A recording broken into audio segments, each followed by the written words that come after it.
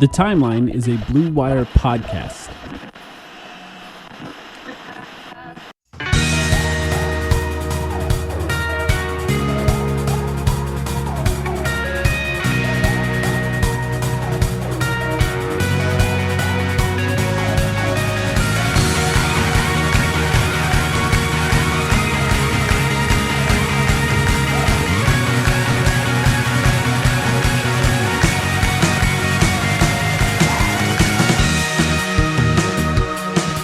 Welcome to the Timeline of Phoenix Suns podcast. My name is Mike, here with Sam.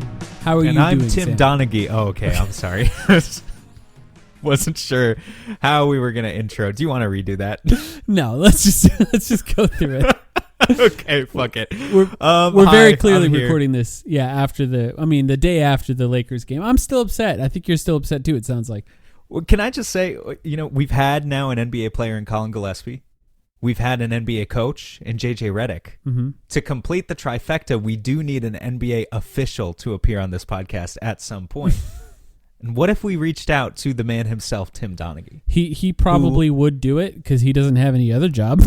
That is basically all he does these days, is try to sell his book, whatever it's called, by talking about how terrible, David Stern and all the other refs were at that time. Mm-hmm. Anyway, the reason I brought his name, the reason I invoked his name is because Tim Donaghy, of course, was one of the officials involved in rigging the 2007 series between the Suns and Spurs. That was not the first year I was a Suns fan, because I became a fan in like 04-05, but really one of the first times in my life, as I look back at formative experiences for me personally, one of the first times I had my heart broken was the second round against the Spurs in 2007. Right. And Tim Donaghy had a lot to do with that. Last night's performance against the Los Angeles Lakers, while I will say the stakes were not as high. This was a regular season game, not a playoff series. Yeah. We're not talking about this team. If they had beaten the Spurs that year, then of course they would. Who was in the Western Conference Finals that year? It was the Jazz, right? I think so. If they had beaten the Spurs, they would have swept the Jazz in the Western Conference Finals. They would have swept the Cavs in the finals, right? So the stakes are different. But quite the performance on the part of the officials last night between the Suns and Lakers. Definitely one of the worst I've ever seen.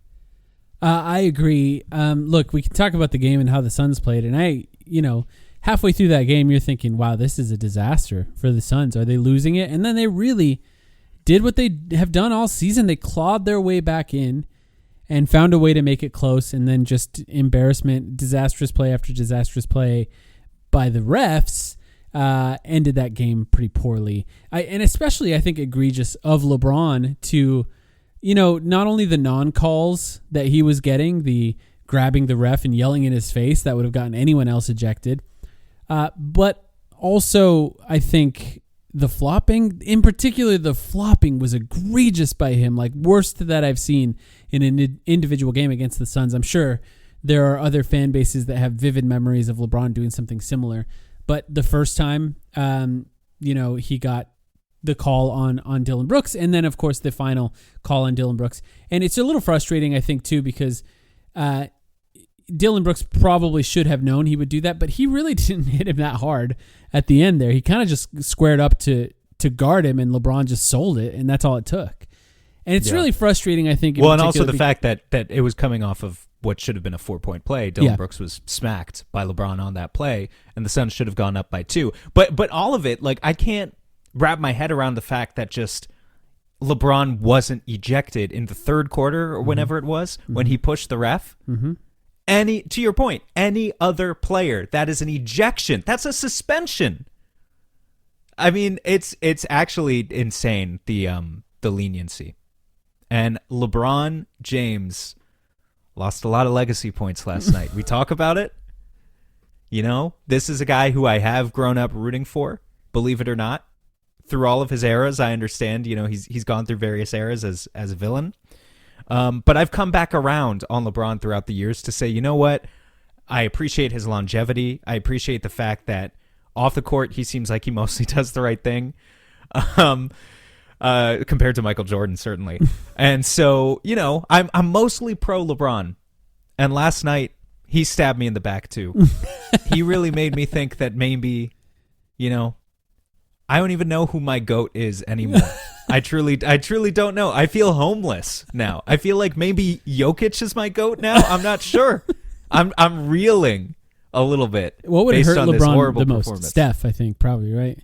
If you said it was Steph, that would probably. If hurt I said LeBron it was the most. Steph, yeah, Steph might be my GOAT. Andre Iguodala might be my GOAT. I don't know.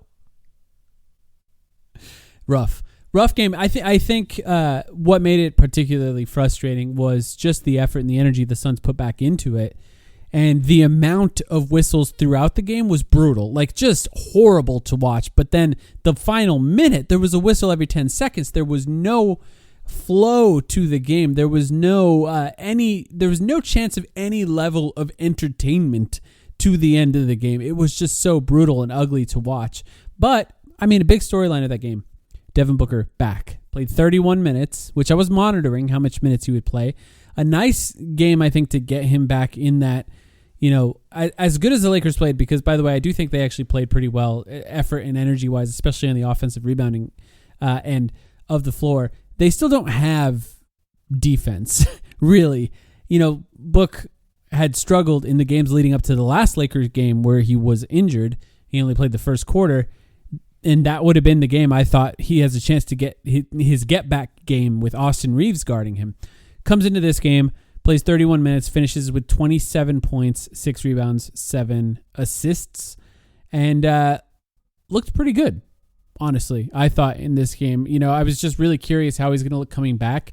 It sounds like maybe he could have played in the OKC Cup game. Maybe would have made that game not the most embarrassing loss in Suns history as far as total points lost by, but didn't, and came back in this one, looked pretty healthy, was moving pretty well. And, this was actually a game I thought where the minutes in the second half without him is kind of what sunk the team. And then when he was able to get back onto the court, that's when they clawed their way back into it. What did you think of Devin Booker? Yeah, can't hit a three, hard. By the way. That's what I'm worried about. I think that largely speaking, I agree with you, and I think he's moving pretty well, but I am sort of officially worried about the 3-point shot.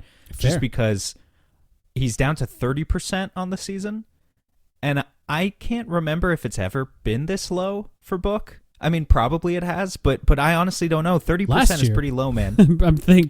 I'm thinking last year was probably where it was. At some point deep in the season, because he finished last year shooting. I just remember it being pretty bad for the first, part of the season, but I don't remember exactly. Yeah. Look, Book's never been a lights out 3-point shooter. We know it, but as he ages and as it becomes more important that he ages properly in sort of a conducive way for his career. He's taken a lot of damage to his lower body, and I do worry sometimes about how that's affected his outside shot. Even on, again, what we talked about, what should have been the Dillon Brooks 4-point play, the way that play started is that could have been a game winner for Devin Booker, pull-up 3, and then it hits short off the front iron. He grabs the offensive rebound himself, passes back out to Dillon Brooks, who hits the shot, thankfully. But Book is at 30% on the season, and he's at like 25% in the last 10 games. His last 10 games or something like that. So it's a brutal shooting cold spell for him right now. And I hope he breaks out of it soon, because either he needs to break out of it or Jalen Green. We need Jalen Green officially, I think. Because the way this team plays, they have a lot of ball movement and like they're taking threes, but they're taking fewer threes when Devin Booker doesn't play well. And so they need to continue to find ways to be able to play modern basketball. Yeah. I think his intention to drive and be the guy who's attacking the rim is what's helped the team play really well this season in the games that he does that. And the games that he has the lanes to do it too, because he's not like he's not like Damian Lillard where he can just, prime Damian Lillard where he can just create a lane out of nothing. When he has the lane to drive, he's doing a really good job getting to the free throw line and creating shots for other players and himself. But 3-point shooting wise, if that doesn't come back soon, I don't know. He's going to have to be a different kind of player. And I don't know what that player is going to look like, because what makes him really great right now is the 3-level scoring, there have been times where he has 10-game, poor shooting stretches, particularly when you throw in a couple of teams with really great defenders that have played against him. In my memory, like I can't point at a specific time, but we really need to see him get that back in order to be fully confident in what this team could be, even this season. But even beyond this season, you kind of need to see him get it back. Overall, I thought mainly what I was really paying the most attention to, physically, how did he look? And that's what I thought looked pretty good. Had he played 37, 38 minutes, which he had been playing previous to that, he could probably had over 30 points in this game, and we could even seen a little bit better scoring game. I'm sure they're being a little bit careful with him, bringing him back from this groin injury, just making sure that what happened with Jalen Green doesn't happen with Devin Booker. In fact, that's probably why he didn't play in the OKC game. Sure. Yeah, that would have been a really hard test for him. I mean, yeah, look, the fourth quarter was great. He gelled with the right guys. Those are the guys he's going to be playing the vast majority of his minutes with. His chemistry with Mark Williams continues to look really good. Mark Williams also had a good game. 9 for 10 from the field. He's up at 70% true shooting on the season right now. That's obviously a career high for him, but it's also just like really good. So, their minutes continue to get better and better, in my opinion. And then other guys just being able to spot up around him. Colin Gillespie made a couple big threes in the fourth quarter. Dillon Brooks, we already talked about. Grayson Allen had a poor shooting night, but continues to drive the ball, which is important. So, how do you feel about Dillon Brooks now? Like the overall experience? Because I feel good. Yeah, I feel good. I mean, like, are people mad about what is there to be mad at? Well, the technical foul, I think, had a pretty large impact on the game overall. LeBron missed the free throw, don't get me wrong, but it was helpful to have Dillon Brooks in the game. He had a really good game overall outside of his fouls, which he had 5 fouls, ended up playing only 24 minutes as a result. They were plus 12 in those minutes. They were at their best when he played. And in this game in particular, had he played 32, they probably would have won. I would have felt pretty confident in that. But in this one, it's one thing to say the 5 fouls, like maybe he only had partial control over those because it's like whatever the refs are calling game after game is dependent on how they feel, because Dillon Brooks plays this kind of defense that he played against the Lakers against most teams. But the last technical foul, even if it was soft, which I believe it was easily avoidable. I think he could have just not run up to him in that moment and made contact. That's you're mad at the wrong guy. I don't know. I mean, I'm not mad. I'm just making the case for it. Really, don't put it in the paper that I'm mad. No, exactly. That's fine. Dillon Brooks you're asking him to be something he's not at that point, right? Like, what's the point of? I don't care about getting 36 minutes of a guy who's half-assing it sometimes. I want the authentic Dillon Brooks experience. And the authentic Dillon Brooks experience means being crazy, going up to a guy and getting in his face, even if that guy is arguably the greatest of all time, and rage baiting him. And you're right, he did miss the free throw, as he deserved to. Very satisfying, yeah. We didn't even talk about the last foul on Devin Booker where LeBron took the most unnatural looking shot I think I've ever seen get a foul called on. The hand is suddenly not part of the ball foul. Yeah, the wrist starts halfway up the hand call, yeah. I mean, the last 2 calls, I can't get over, like, just how rigged the last 2-minute report. And I really never feel this way, but this was egregious. Mm-hmm. We should talk about the Lakers more specifically. Okay. Unless you wanted to save this for later, because we could do that too. No, we can go into it now. They just piss me off. And the free throw thing has been, everyone's known about this for years. Their free throw differential consistently, they get more free throws than the other team. It's every game. It's 5 years in a row now. People have since been LeBron got this. Since LeBron got there, yes. But it's not just LeBron. No. It's every player who plays there. That's what's interesting about the Lakers it, right? free throw bump. Mm-hmm. And then they go to other places and they don't have it anymore. Anthony Davis had it with the Lakers. He doesn't have it anymore. Luka Doncic absolutely has it now. Yeah. He had it before, but now he has it like you've never seen. He shoots 12 a game now, I think. Yeah. Dude, you want to talk about this? Mm-hmm. it's not often. This is how much this was pissing me off last night. It's not often that I get to use my undergraduate math degree in a real life context. Usually, it's shit that's, you study that in college and then you never use it again, basically. But like some actual probability and statistics, we have a real application here with the amount of free throws that Luka is currently shooting for the Lakers, because that is not normally distributed. I'll tell you right now, it is not. Luka Doncic in his last season with the Dallas Mavericks, okay? Let's set a baseline. His last season with the Dallas Mavericks, he played 70 games. That's a good sample size. He averaged 8.7 free throw attempts per game, okay? That's your baseline, right? Good, but not egregiously bad, yeah. You don't have to be a math person to know about, everyone knows about the concept of a normal curve, right? Yeah. Normal distribution, whatever. Now, technically, in case any math nerds are out there who would get mad at me, free throws are what we would call discrete data, not continuous data, because you can take 3 or 4 or 7 free throws in a game.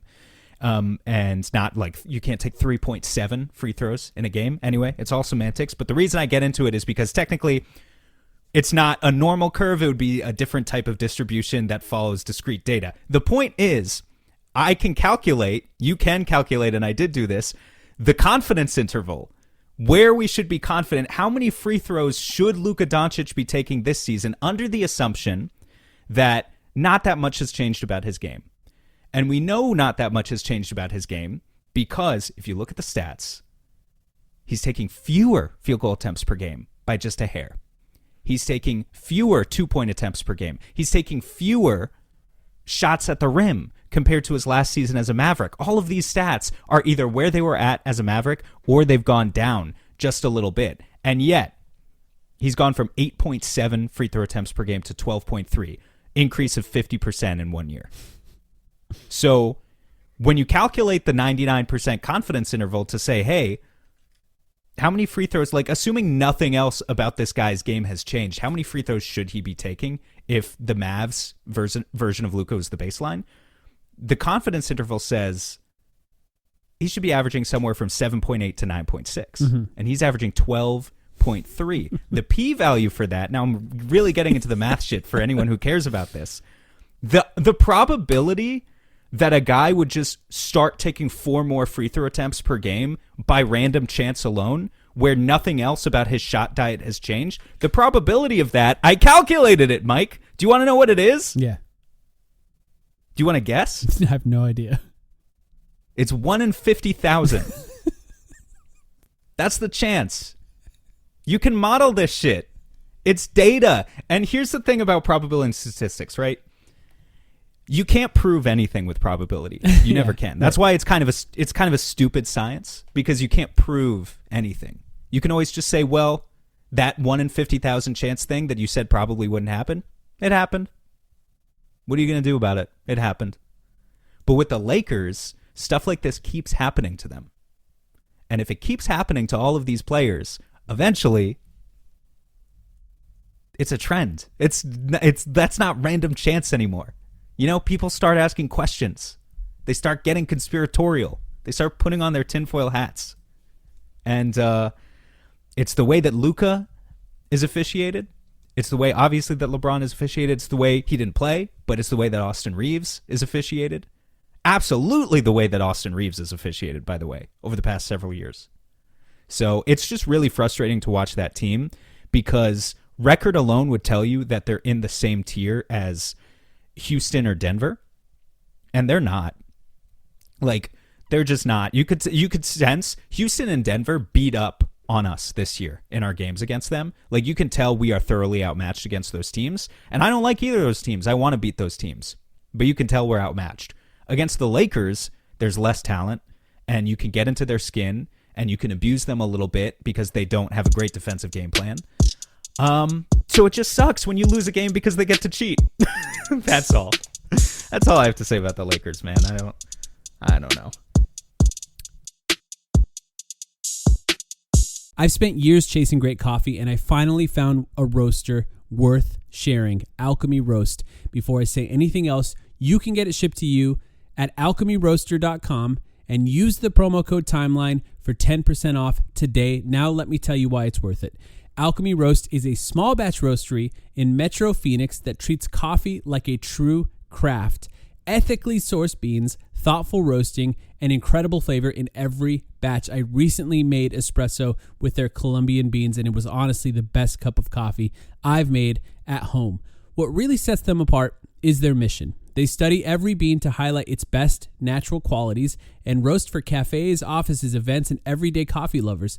Their philosophy, do good, get good in, give good out, shows up in everything they do. Fair trade sourcing, supporting small farms, organic practices, and eco-friendly compostable products. Full field to fork traceability. They're serious about quality and serious about leaving a good footprint. If you want to taste it for yourself, head to alchemyroaster.com and use the promo code timeline today for 10% off your order. Support them, support us. alchemyroaster.com, promo code timeline. You'll taste the difference. Drinking and driving is a decision that will change your whole world. Things will never be the same once you get a DUI, because legal fees and time in court are just the beginning. Getting into a crash is another way your world could be irreversibly changed after drinking and driving. Your vehicle may not be the only thing that gets damaged in that crash. You could face a life-altering injury or even death. But you're not the only one who could face those consequences. Your decision to drink and drive could permanently change someone else's world, whether you injure them or leave their loved ones grieving. The next time you're out drinking, call a rideshare, a taxi, a sober friend, or a designated sober driver. Always plan for a safe ride home. The only decision that'll change your world for the better is the decision to call for a sober ride. It's never worth it to drive drunk. Don't risk it. Drive sober or get pulled over. Paid for by NHTSA.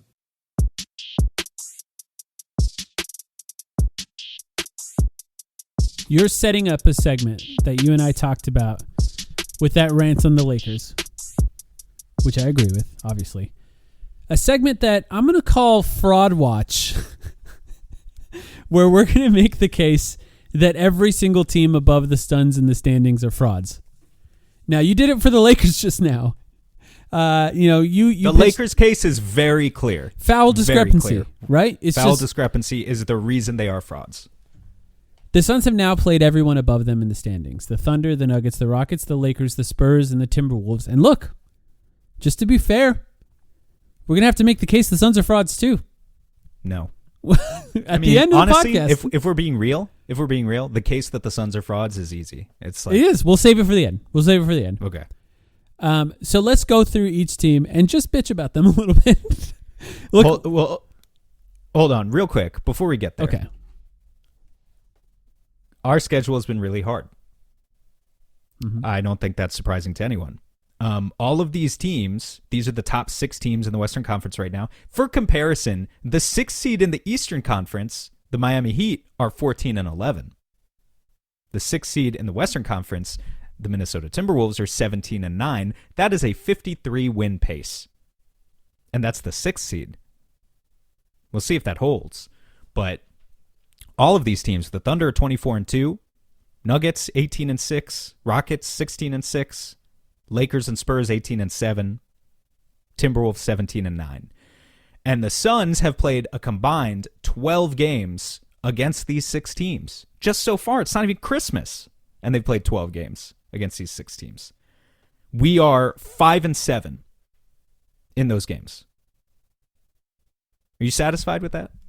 I mean, if you told me before the season, I would say yes. I guess. I think you have to be more than satisfied with. If I'm telling you, so you got wins. You got wins against the Lakers, Spurs, Timberwolves, right? Is that what all of them are?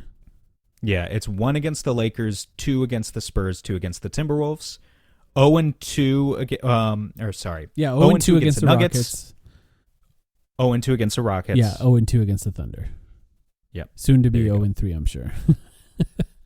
0-5. We're the only team that plays OKC 5 times. The Lakers as well. So the Suns are playing the Lakers and the Thunder 5 times this season. But yeah. Crazy. Yeah, tough. It's a real problem. We talked about it recently, but it's a real problem, I think, with the Cup schedule in general. For a team to sort of overperform and play well, and then to be rewarded with extra games against the best teams in the NBA that count against your record is a little bit tough. I think at a certain point, if you're doing it, you have to find a way to make them not count against your record if you get a loss.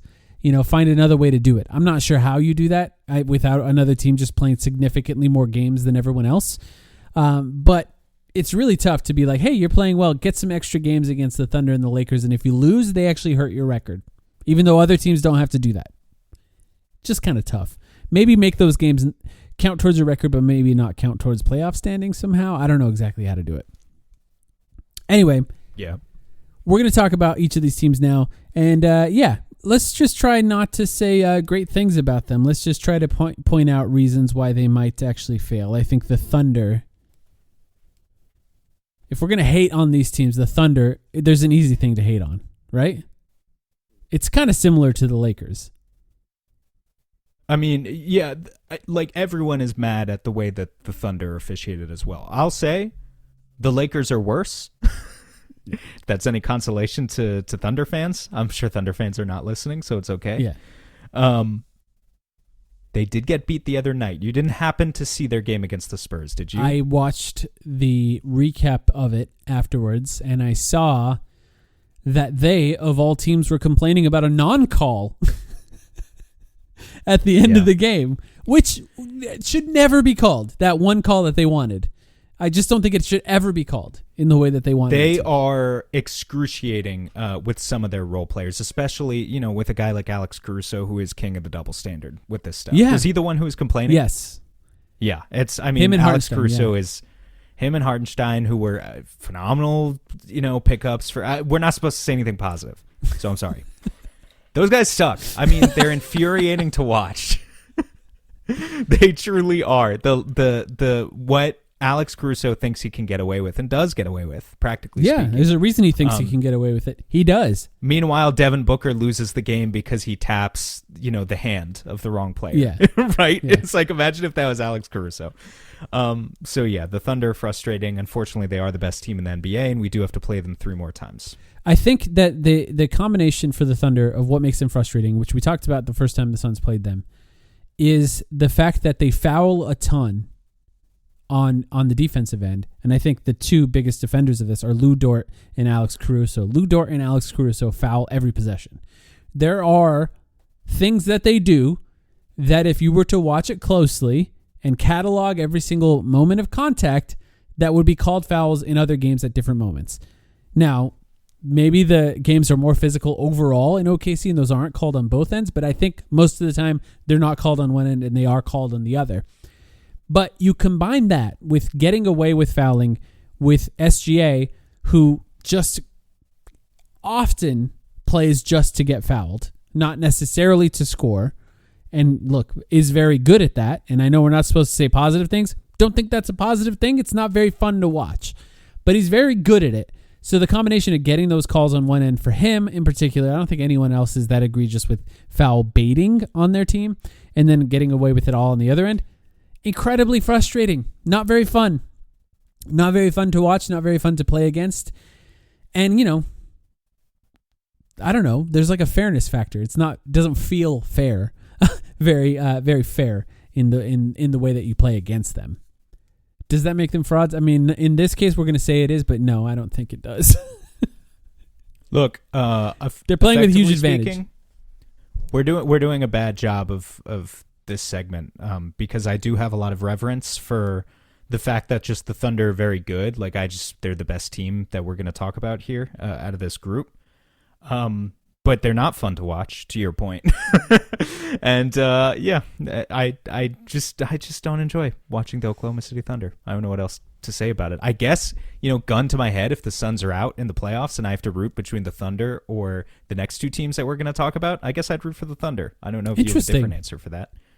But Nuggets are the next, right? Would you root for the Nuggets to come out of the West? I don't know. Exactly. I don't like how successful the Thunder is that young. There's like the older dude part of me that's like, no, we can't let that happen. They did not pay their dues. They don't deserve to be this cocky after games. I want them to lose because of that. So I guess part of me does kind of feel like maybe I'd root against them. I'm not sure. I'd have to see the games to actually figure it out. Usually by game 2, I have a rooting interest in every playoff series that does not involve the Suns. So we'll see when we get there. But the Nuggets, I have one particular fraud watch thing to say. But what do you think about the Nuggets? Jokic is finally cooked. Is that what you're going to say? It's over. It's funny. It's almost the opposite in that Jamal Murray is averaging a career high in points, assists, rebounds, and efficiency. This is not who Jamal Murray is. Oh, I love this take. Wait, he's playing really well right now. He's playing really well right now. Yeah, sure. It's not going to keep going like this. It can't. It never has throughout his career. We're just going to assume he's going to have the best year of his career. Maybe he will, But time has told us that Jamal Murray tends to have stretches where he plays really well, followed by stretches where he plays pretty poorly. And he kind of waffles and vacillates between those and tends to play well against good teams and in the playoffs. But throughout a regular season, I don't think we can count on Jamal Murray to be what he's been so far this season for the rest of the season. Career high in points, assists, rebounds, and efficiency. That's crazy. I didn't realize that it was all of those things. I knew it was points. I had noticed the fact that, Jamal Murray is averaging 24 points a game this year. But also just like numbers don't mean anything anymore. Everyone's scoring a lot.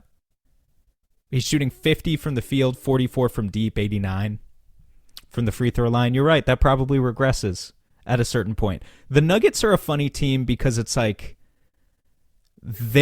everyone knew their bench was so disastrously bad. And so they seem to have made real inroads at, bringing Bruce Brown back and bringing in Valanciunas and convincing him to play there. And it's like, okay, their bench is better now. I still don't think it's great, but it's better. But their starting lineup, I don't know. Their starting lineup was supposed to be this like ironclad thing. And I hate to say it, but like our guy Cam Johnson just has not been good. Yeah. Aaron Gordon obviously has missed a lot of games. Has a couple of good games this year, and that's it, really. Yeah, Aaron Gordon's been hurt. And they're still playing well without him, but yeah, he's so vital for that team. Yeah, I mean, like, I know that they did the MPJ for Cam Johnson trade as just like mostly a fit thing, and they would point to it and say like, oh, the statistics aren't super important to us about that. But like, Cam Johnson is averaging 30 minutes a game. He's averaging 11 points, 3 rebounds, and 2 assists. And less than a steal and half a block, and he's fine, I guess. I haven't watched enough of them. He shoots threes. I haven't watched enough of them to understand that, because that seems surprising to me. Doesn't it feel like he should have fit in right away? I mean, yeah, it feels like every role player should just be shooting 60% next to Jokic. Yeah, like the Steve Nash thing, right? Yeah. Yeah, but I guess it's not always the case. We'll see. Maybe he has a bounce back second half of the season. We, unfortunately, I just have to be honest, we've played this team twice. I don't know how many more times we play them. We didn't come close. Just one more. In either game. Yeah. Okay, we didn't come close in either game. And I would love for us to get close next time. Yeah, to win would be nice.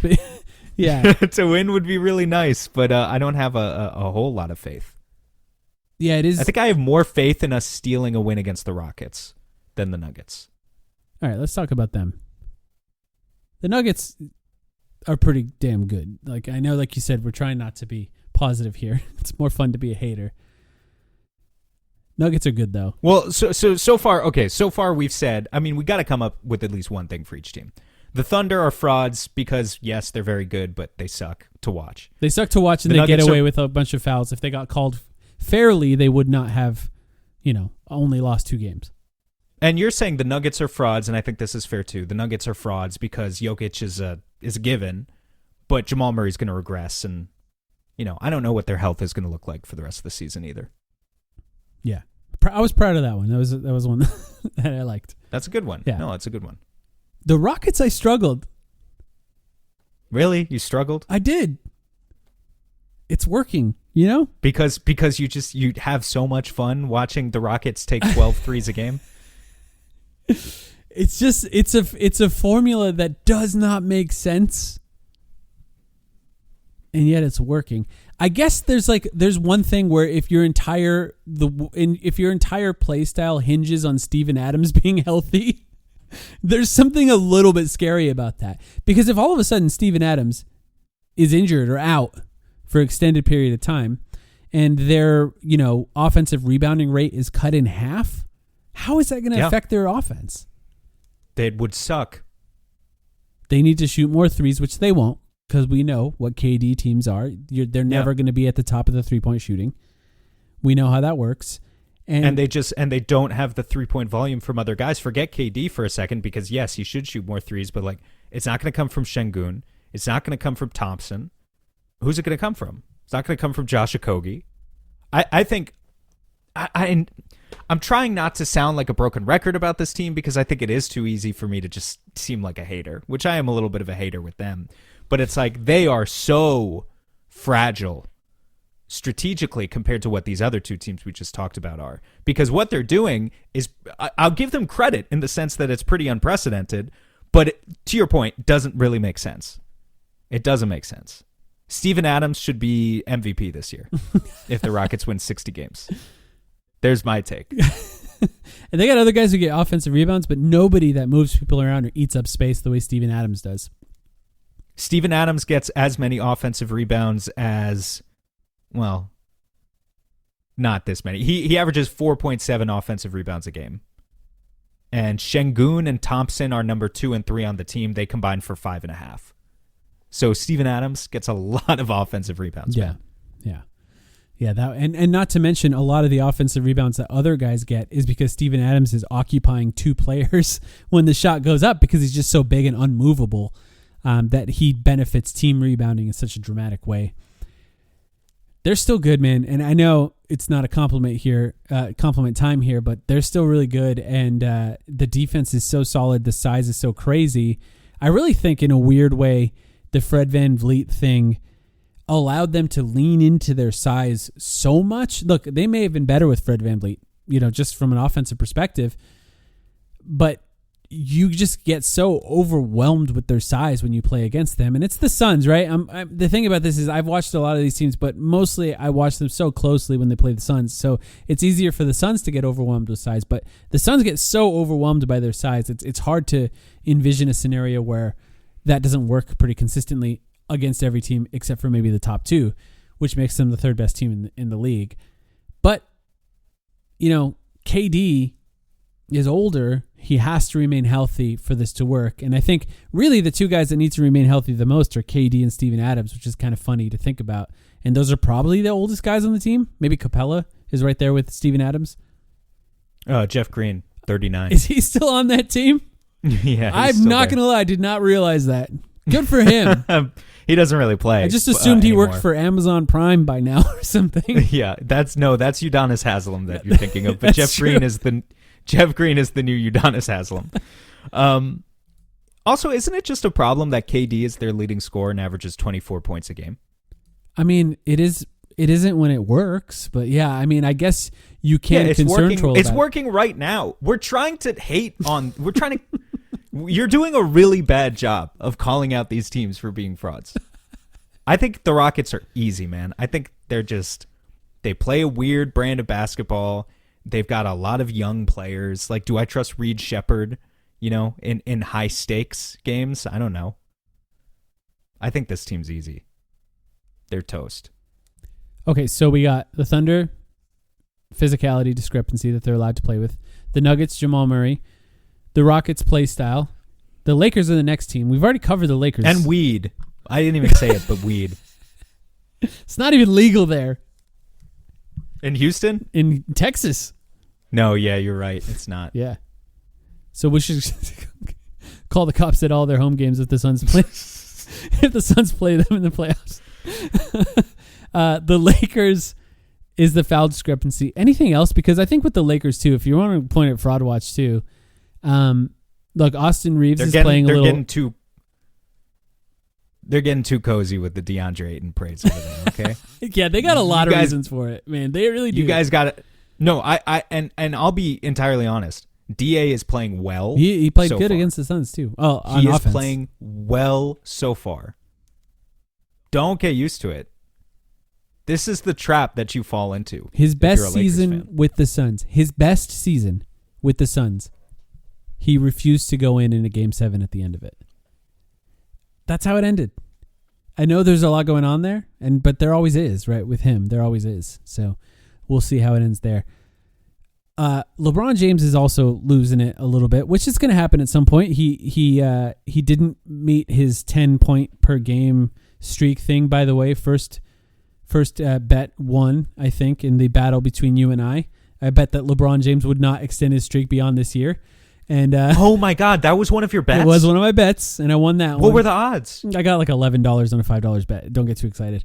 Okay. But I thought I was cooked for. I'm officially winning. So yeah, I mean, this was the year where like the odds were not going to be great, I think.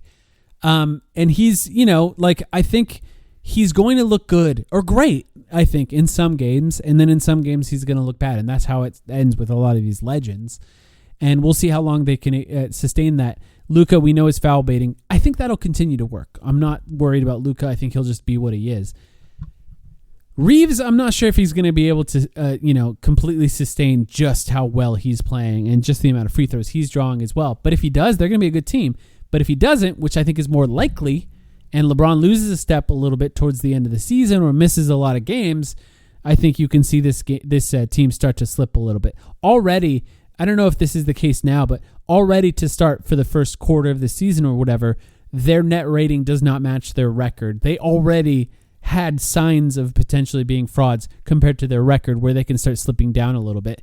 I'm not sure if there is a team underneath them that is really going to threaten passing them. We can talk about the next two teams that are under them now, but there are signs with them.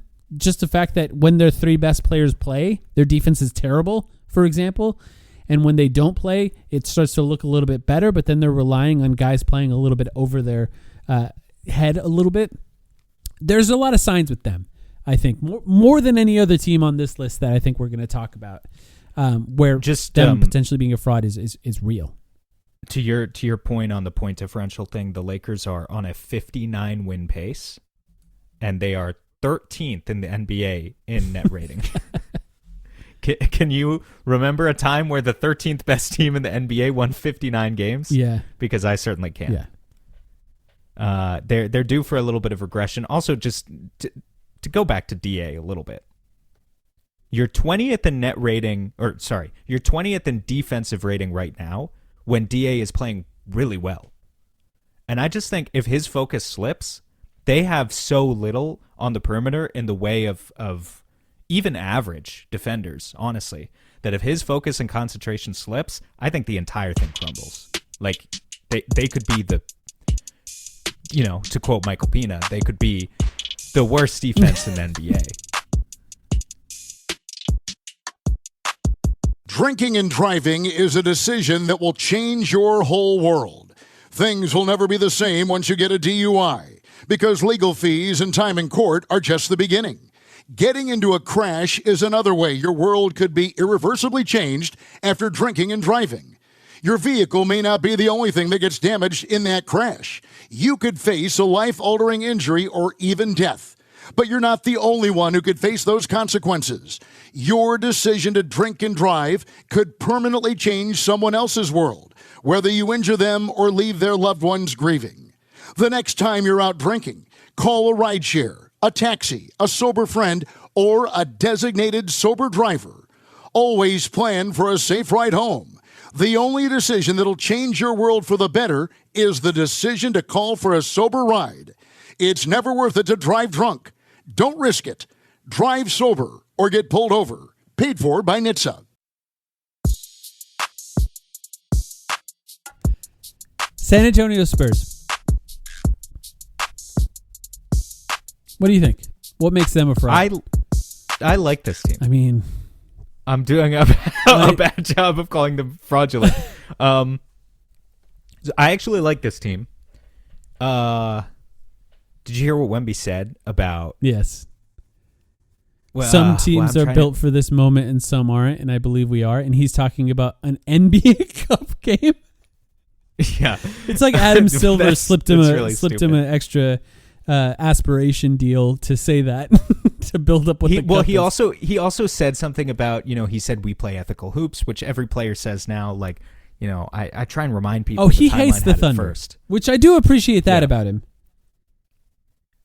Yeah, no, I appreciate that too. But then he also said something about like, we play ethical hoops. We play a brand of basketball that is tactically correct or something like that. He said that's very French. Like so French. That's what I was thinking, dude. It was like this objectivity about his confidence and his what we arrogance, do is which correct. I thought was very French. And what other people do is wrong is a very French attitude. Yes. Here's the thing. Newsflash to Wemby, but this Spurs team, although I do like them, they're not exactly the 2014 beautiful game Spurs, They're not. I don't know if that's his impression of what they are, but they're league average in assists. They're league average in turnovers. They have a freakish 7'6" giant who drastically changes every possession defensively whenever he's in the game. And they've got good young players, but like I don't know what Wemby's impression of what they are is. Their ball movement's fine. I don't know how ethical the Spurs really are. Do you get the sense that they're this ethical masterclass every game? I don't think of anyone on that team as like this insane foul baiter, for sure. So that's helpful from their perspective. I think what makes them frauds is the youth. What you mentioned, they're young, and like the thing about the Spurs is like even if they end, where are they now? 1, 2, 3, 4, fifth right now in the NBA. If they end up fourth, like they pass the Lakers or something, or let's say they end up against the Rockets in round 1 in like some sort of 4-5 scenario, I would not be surprised if they got swept. They're just so young and untested. And I think that is in particular what makes the quote that he had the other night, last night, I guess, about, being ready for that moment or whatever it was, or however he worded it, stand out as particularly annoying, just like eye-rollingly ridiculous, because it's like, okay, come on, you haven't played a playoff game yet. Play a playoff game, and then we could talk about moments. Like, we have to see it. And I think just the fact they're so young and untested, I think, is really what makes them likely to be a team that's just going to fail in the playoffs. Because, I don't know. If they are really good in the playoffs, it's a little scary, I think, for other teams. But it would be insane to bet on it at this point. It would be insane to count on it. Oh, of course it'd be insane to bet on it. That's probably the outcome I'm rooting for, though, is like a San Antonio OKC second round where they actually scare OKC. Would be nice, as opposed to them just getting swept because of, to your point, because of their youth. Both of those teams there are really young. I know the Thunder won a championship, so they have all the experience, but both of those teams are young, so I still feel like anything could happen. Yeah, that's a good point. Timberwolves. Minnesota, frauds. I mean, it's easy. It's easy. This one is too easy. These guys are actually frauds, okay? The rest of these teams we're kind of forcing ourselves to be a little bit mean Except to. the Lakers. The Lakers are easy. Except the Lakers. I actually hate the Lakers. Yeah. And they are frauds. The Timberwolves are frauds. We beat them twice. They look at Colin Gillespie and piss their pants. Yes, sir. Mike Conley is busted. Mike Conley's busted. Gobert's half busted. Ant misses free throws in every big moment he can miss a free throw in. That's true. And averages, it's like year 6 now with Ant, and he still averages 3 assists a game. And we're like, he's shooting guard number 1. He's a superstar. Okay. Yeah, I don't think they got it. I don't know what they're going to do, though. That's an interesting team. The other thing I guess we could talk about today, it's December 15th. So guys are trade eligible. Yeah. And I don't think anyone became like trade eligible today who's like super fascinating or whatever. It's more so just like now lots of things can, stuff gets set in motion by virtue of all the filler contracts that can be swapped back and forth. The T-Wolves are an interesting team. I could see them doing something, really desperate at the deadline. And I don't know what that is yet. Yeah, what are we? We're year 2 into the experiment here with Julius Randle. Yeah, it's year 2 of Randle. And there's already trade rumors about Julius Randle. Yeah. It's just who he is, man. This is year 4 of Gobert on the Wolves already, which feels crazy to me. Yeah. He should probably retire. I really dislike Rudy Gobert, man. Rudy? One of my He's not gonna least retire. favorite players in the NBA is Rudy Gobert. I think they'd need more ball handling, right? And if they've been connected to Kobe White. Kobe White came back for the Bulls, and the Bulls have been worse ever since. Bulls are the real frauds so far this season, starting 7-0 and then losing every game since or whatever. But Kobe White's not the problem with the Bulls, I think, but the timing of him coming back and them being exposed as the frauds that they probably have been this entire time was really unfortunate for him, because a lot of Bulls fans and maybe even Bulls front office people are looking at that as part of the problem here. If they get somebody like Kobe White, that would be really helpful for them. And I hope they don't. Truthfully, I hope they don't, because, if they start Kobe White on that team, Mike Conley comes off the bench, the Mike Conley problem becomes a little less detrimental. Although I think they would still lose maybe the only adult on that team consistently in Mike Conley. I think it's really tough. Like, every single team that gets Julius Randle, like, the most fun they can have in a row is a single season, because the following season everyone's going to pin all their problems on Julius Randle, and that is kind of who he is, right? He's a flawed player, still pretty good, I think, as a player overall. We can talk about. We mentioned him as a potential trade candidate. I'm not saying I want him, but there's a reason that teams look at him and say I could see him being helpful. He's a tall creator, Yeah, I've been there. Trust me, I've been there. You led that. Yeah, you led that for a while. I led that, but like Leo DiCaprio, sometimes a guy someone reaches a certain age, and you got to let them go, right? So I saw it with Julius when he was 26. But I don't think he's got that spunk anymore, unfortunately. I'm sorry to Julius Randle. The Suns are on a certain timeline now, forgive the pun, and I'm ready for us to potentially, I'm sure we're going to have some trade episodes coming up or whatever. I'm willing to talk about it, but trying to go about things in a more sustainable way than maybe the way that Ishbia and company tried to build the team in the past couple years. Learn from our past mistakes. By the way, you mentioned players are able to be traded today. That does not include Jonathan Kuminga, for those who are wondering. Players who signed extensions, I don't know why this is a thing, by the way, are not allowed to be traded until January 15th for whatever reason. So it's just the players who signed in the offseason. For the Suns, it's Colin Gillespie, Nigel Hayes-Davis. One of them we're for sure going to keep. The other one, in Nigel Hayes-Davis, can be traded and could be included as salary if the Suns were to make a trade. So I don't think they're ready to do anything just yet. Suns probably need to see the team with Jalen Green before they start making any moves. They really want to see the team with Jalen Green, I would imagine, and so do I. Yeah, same, man. Same. It's just like we need Devin Booker to drive 18 times a game to be successful. And I want him to do that even with Jalen Green on the floor, but if they had another guy who could do that, along with what Grayson Allen has added to his game, that would be really helpful. Really helpful offensively. As of today, or about today, give or take a couple days, it's been 5 weeks. Yeah. Since the last update on Jalen Green, which was that he would be reevaluated in 4 to 6 weeks. So any day now, I'm hoping we get an update at least. Maybe they reevaluate and he needs some more time, and that's fine. But I'm at least hoping we hear soon from the team, get some official word, because we're missing his presence. So the Thunder are frauds because of their physicality. The Nuggets are frauds because of Jamal Murray. The Rockets are frauds because of play style. The Lakers are frauds, period. The Spurs are young and untested. The Timberwolves have a lot of issues, which we covered. Why are the Phoenix Suns frauds?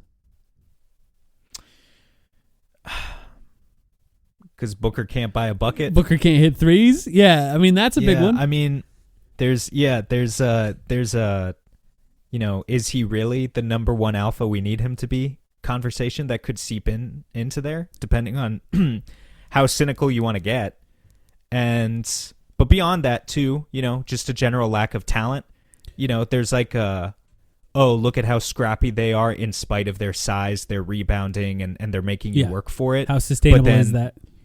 When other teams are gonna lean forward in their chair with the controller in their hands a little bit, and say okay, fuck off. Yes, time.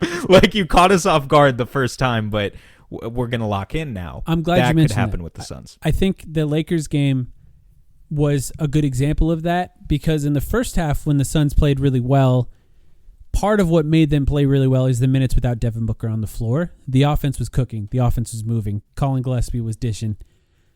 In the second half, they played well to start the half. Devin Booker comes off the floor. Offense bogs down.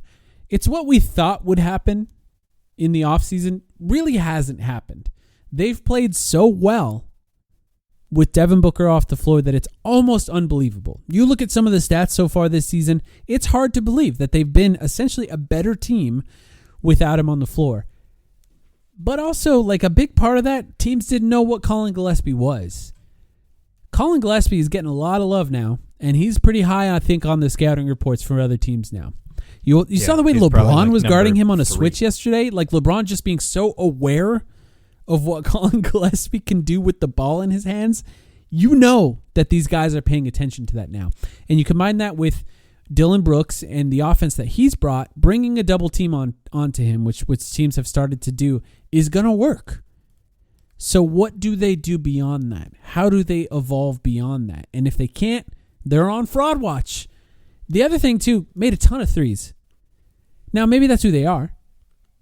And they could just make a ton of threes forever. But, you know, sometimes teams make a lot of threes and it makes them frauds. Yeah. when it really matters.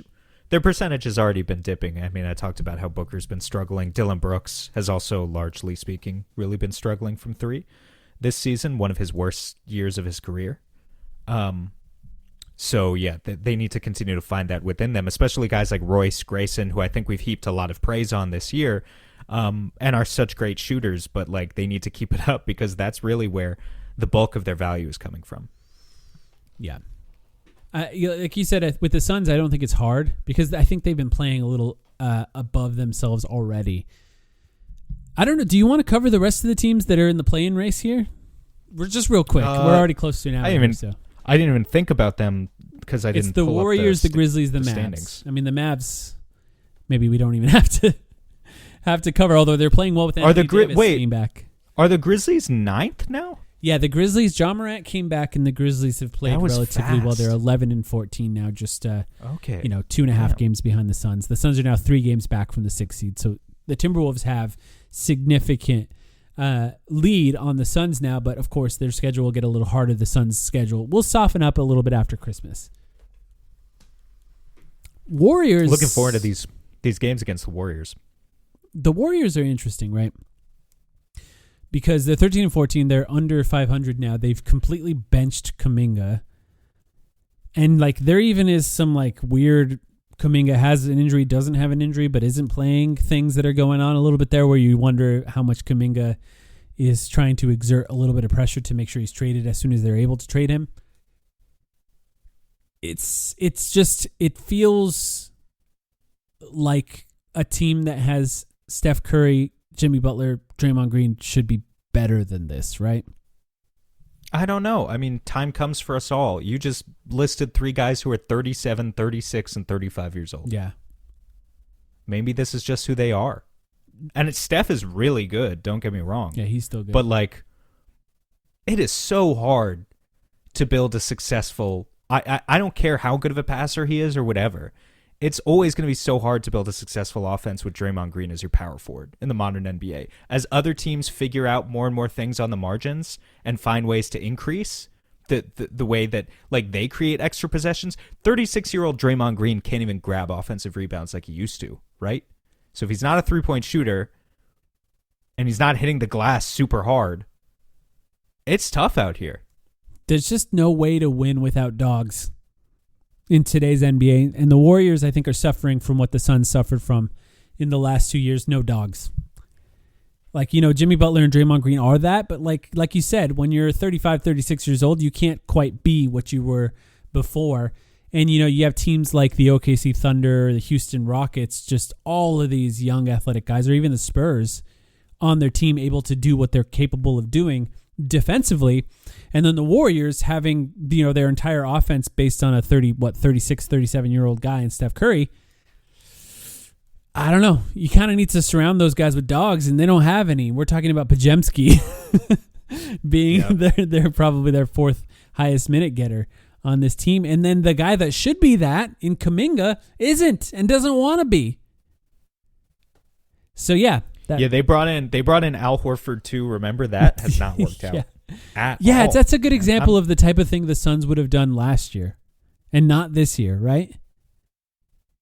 Yeah, but like when you get the veteran where you're just like, oh man, this guy's such a pro. He's guaranteed to give you 10 points off the bench, which Al Horford was so good for so many years for the Celtics, far past the age that he should be. Yeah. And then I just looked at his stats for the first time right now, and he is shooting 32% from the field and averaging 5 points a game. Yeah, that's rough. In 21 minutes. That's rough. And I think this is it. The other two teams, the Grizzlies and Mavericks, I think we could just lump them together and say they're both a mess. Yeah. I think the Grizzlies... The goal for the Suns, no matter how hard the schedule gets, don't allow yourself to be lumped in with those two teams, right? We're trying to stay where we are. Yeah. We're trying to stay in that 7-8 spot and not go down to 9 or 10. And these next two games in a row against the Golden State Warriors are going to be absolutely huge to our ability to stay there. I do want to just mention Kaman Malawach and Rasheer Fleming. That was Fraud Watch, by the way. New segment. We'll have to do that every once in a while. It's fun to just really pick apart teams and not do the thing where we have to make the case for them as well. Maybe we do that a couple of times a year or once a year or something. But Kaman Malawach and Rasheer Fleming were once again assigned to the G League. They're playing another game in the G League tomorrow. We're recording this Monday. I believe the game's Tuesday. They've had a couple good games in the G League now. We talked about it briefly on our Patreon podcast. I wanted to bring it up here. You know, so much of what we thought this season was going to be was in our minds before the season centered around the development of those two young guys. And the Suns played well without them. And they're playing well without them. But they're still quietly developing behind the scenes. We're seeing some movement on that development now. Kaman Malawach's first two games of G League, kind of a struggle. The last two games, averaging 24.5 points basically in those games. He had 19 rebounds in the last game. Rasheer Fleming, you see the length. You see the shooting. He had a game-winning 3 in one of the G League games. You can see what's there with Fleming. And with Malawach, you know, you look at those highlights, there are threes. And there are off-the-dribble moves. There's actually a mid-range shot in the last game, too, which I thought was interesting. Yeah, he's giving you a little bit of everything. And you're right. They're absolutely taking the right approach. I really would not have anticipated that these guys, after being so highly touted and being drafted, would play this few minutes for the Suns in their rookie years. But the development has to march on somehow. And so I'm glad that they're using the G League in that way. I'm excited to see them play in those G League games. I hope they continue to improve and continue to get better because I would like to see them be, playing actual NBA games, especially when the Suns are healthy again. If that ever happens, I think those guys could fit in a way around Jalen Green that would be helpful, especially Rasheer.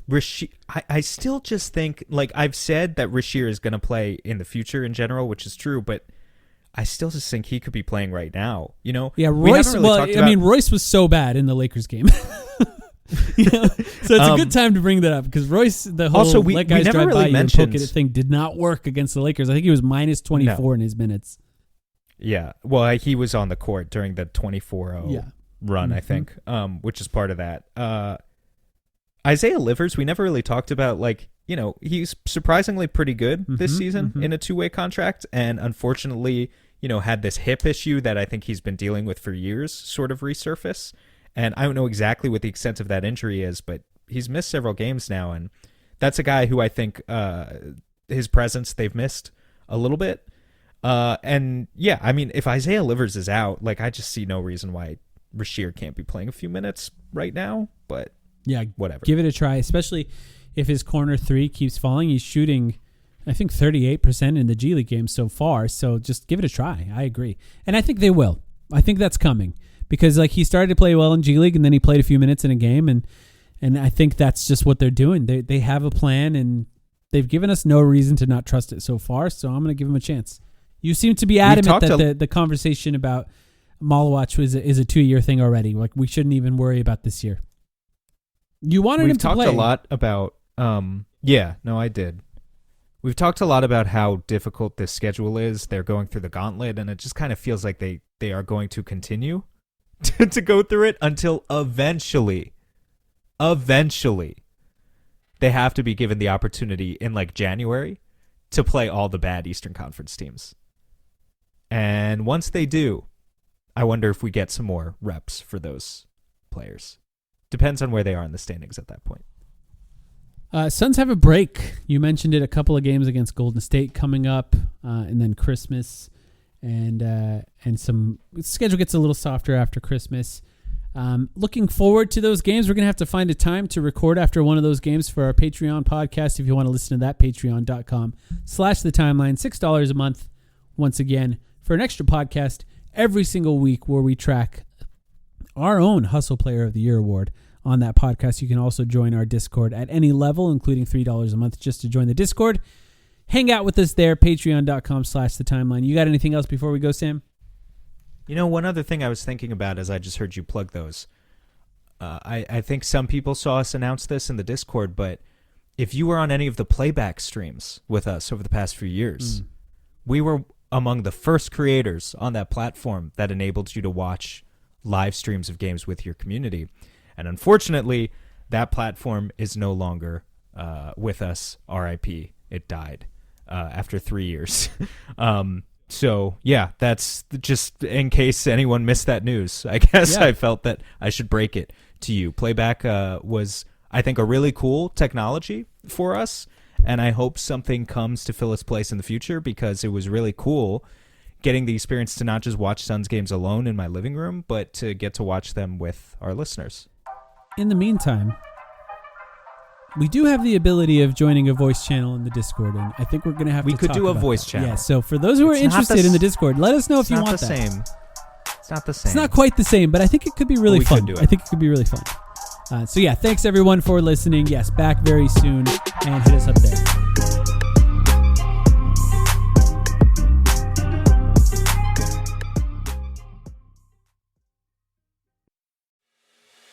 Some things in life are just made for each other. Peanut butter and jelly, macaroni and cheese, Modelo and college football. College football season is Modelo season, and the season has officially kicked off. The Modelo Recruiter is back in action, looking to reward full-time fans who give their all for their team and their school week in and week out. If you're listening to this, you've been recruited. So lace them up and get out there. And don't forget to make time for a well-deserved ice-cold reward. Because college football wouldn't be the same without you. So grab yourself a Modelo and enjoy, the official beer sponsor of the College Football Playoff, Modelo.